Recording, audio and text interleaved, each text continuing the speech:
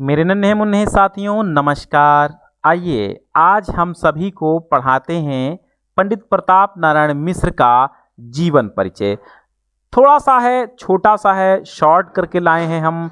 बहुत ज़्यादा लंबा आपको नहीं पढ़ाएंगे कि आप ऊब जाएं। ठीक है, तो चलिए प्रारंभ करते हैं। एक बार अपने दोस्तों को शेयर कर दीजिए और अगर आपने पिछले वीडियोस नहीं देखे हैं तो प्लेलिस्ट बनी हुई है, आप प्लेलिस्ट से देखिए। जैसा आपको लिखना है, छोटा सा जितना लिखना है, जितना आपको लिखना है आपके एग्ज़ाम में, बस मैं उतना ही जीवन परिचय लेकर के आया हूँ। छोटा सा है, जल्दी से याद कर लीजिएगा। बहुत जल्दी पढ़ लेते हैं। हम रोज़ लाइव क्लास सुबह आपके लिए 7 बजे लेकर के आते हैं और 7:30 बजे कक्षा 10 के लिए लेकर के आते हैं। ठीक है, तो 7 बजे आप देखिए, अगर आप कक्षा 9 में हैं और कक्षा 10 का कोर्स पढ़ रहे हैं तो आप 7:30 बजे कक्षा 10 की लाइव क्लास देखिए। ठीक है, तो पंडित प्रताप नारायण मिश्र का जीवन परिचय आप देख लीजिए, बहुत ही जल्दी, बहुत ही कम समय में। ठीक है, तो सबसे पहले आप हेडिंग डाल देंगे बहुत अच्छी सी, जीवन परिचय, जैसा कि पड़ी हुई है। बहुत अच्छी से जीवन परिचय आप हेडिंग डाल देंगे और फिर क्या करेंगे, जीवन परिचय हेडिंग डालने के बाद आप लिखना प्रारंभ कर देंगे। पंडित प्रताप नारायण मिश्र का जन्म। पंडित प्रताप नारायण मिश्र का जन्म उन्नाव जिले के बैजे गांव में सन 1856 ईस्वी में हुआ था। कब हुआ था? बैजे गांव में सन 1856 ईस्वी में हुआ था। इनके पिता पंडित संकटा प्रसाद मिश्र एक ज्योतिषी थे। क्या थे? ज्योतिषी थे। कौन? पंडित संकटा प्रसाद मिश्र, जो कि इनके पिता थे।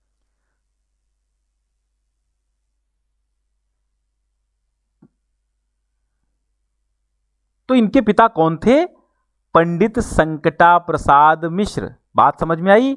हाँ, संकटा प्रसाद मिश्र एक ज्योतिषी थे और वे पिता के साथ बचपन से ही कानपुर आ गए। बचपन में भैया कानपुर चले आए थे पंडित प्रताप नारायण मिश्र। अंग्रेजी स्कूलों की अनुशासनपूर्ण पढ़ाई इन्हें रुचिकर नहीं लगी। यानी पहले अंग्रेजी स्कूल चलते थे। अब 1856 की बात है और देश 1947 में आज़ाद हुआ था, तो आप समझ सकते हैं कि क्या दशा रही होगी उस समय। तो इनकी जो अंग्रेजों की जो स्कूल थे वो अब जैसे थे अनुशासनपूर्ण ही थे, है ना। वहाँ कोई और बोल थोड़ी सकता था, वहाँ अंग्रेज बोलते थे, उन्हीं की सुनो, तुम्हारे मुंह नहीं है, तुमको नहीं बोलना था। तो यही बात थी कि पंडित प्रताप नारायण मिश्र जब आ गए थे कहाँ? कानपुर। तो अंग्रेजी स्कूलों की जो इनको पद्धति थी वो अच्छे नहीं लगी, वो पढ़ाई अच्छी नहीं लगी। फलतः इन्होंने क्या किया, घर पर ही आपने मतलब इन्होंने, आपने का मतलब होता है इन्होंने। जब किसी को सम्मान देना होता है तो हम उसको इन्होंने नहीं कहते हैं, आपने कहते हैं। बंगला, अंग्रेजी, संस्कृत, उर्दू और फारसी आदि का अध्ययन किया। देखिए उस समय अंग्रेजों के ज़माने में अरबी, फारसी, अंग्रेजी बहुत चलती थी। हिंदी का नाम निशान बहुत कम था। लावनी बाजों के संपर्क में आए। लावनी क्या होता है? लावनियाँ होती हैं, गीत होते हैं। ठीक है, कविताएं होती हैं, लावनिया पद्धति समझ लीजिए। तो लावनिया लोकगीत होते हैं। तो लावनी बाजों के संपर्क में आकर मिश्र जी ने लावनी छंद होता है उसमें लिखनी शुरू कर। जैसे दोहा छंद है ऐसे लावनी छंद है। ठीक, और यहीं से इनकी कविता का स्त्री गणेश हुआ। यानी इनकी कविता यही लावनी छंद लिखने से प्रारंभ हो गई और ये कविताएं लिखने लगे। बाद में आजीवन इन्होंने हिंदी की सेवा की। कानपुर के सामाजिक राजनीतिक जीवन से भी इनका गहरा संबंध था। वे यहाँ की अनेक सामाजिक संस्थाओं से संबद्ध थे। इन्होंने कानपुर में एक नाटक सभा की भी स्थापना की थी। ये भारतेंदु के व्यक्तित्व से क्या थे? भारतेंदु जी के व्यक्तित्व से क्या थे? अत्यधिक प्रभावित थे। भारतेंदु जी की पर्सनैलिटी से बहुत ही प्रभावित थे तथा इन्हें अपना गुरु और आदर्श मानते थे। इसीलिए अगर आपसे पूछा जाए भारतेंदु युग के जो कवि हैं, जो लेखक हैं, वो कौन हैं, एक लिखिए, तो आप पंडित प्रताप नारायण मिश्र को लिखिएगा। अपनी हाजिर जवाबी और हास्य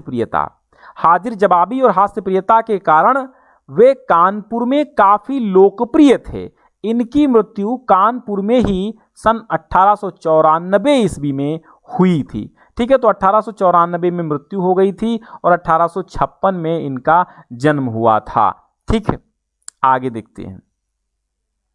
अब इनकी कृतियां आप हेडिंग डालेंगे और कृतियां मतलब रचनाएं लिख देंगे, बहुत कुछ ज़्यादा नहीं लिखना है, आप रचनाएं हेडिंग डालेंगे और रचनाएं लिख देंगे।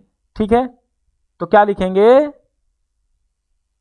कि मिश्र जी द्वारा लिखित पुस्तकों की संख्या 50 है, जिनमें प्रेम पुष्पावली, मन की लहर, मानस विनोद, ऊपर नीचे भी लिख सकते हैं आप, ये प्रमुख हैं।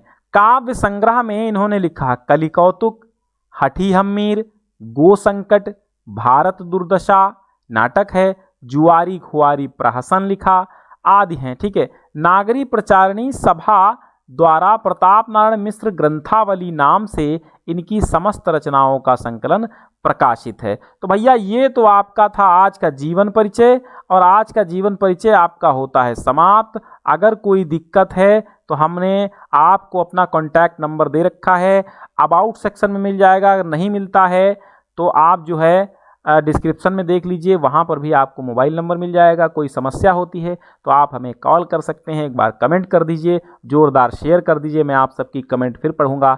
चलते हैं, बहुत बहुत धन्यवाद आज जुड़ने के लिए। मिलते हैं कल एक नए टॉपिक के साथ, और इसकी PDF पाने के लिए आपको कहाँ जाना पड़ेगा, हमारी डिस्क्रिप्शन में लिंक है, और उस लिंक के माध्यम